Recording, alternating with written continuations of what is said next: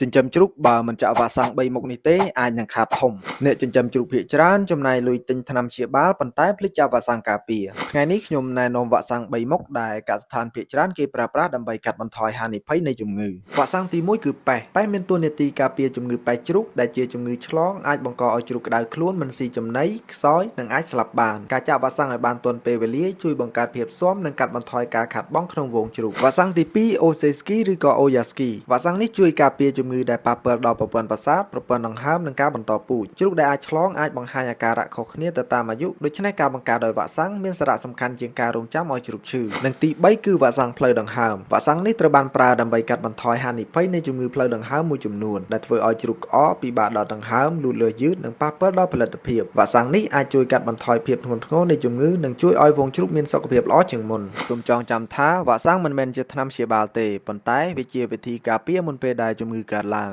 ការចាក់ត្រូវអនុវត្តតាមកាលវិភាគនិងការណែនាំរបស់ក្រុមហ៊ុនផលិតផលបើចង់ដឹងកាន់តែច្បាស់ថាកូនជ្រូកអាយុប៉ុណ្ណាត្រូវចាក់វ៉ាក់សាំងមួយណាអាចធ្វើការតាក់ទងមកខ្ញុំបានអរគុណ Peace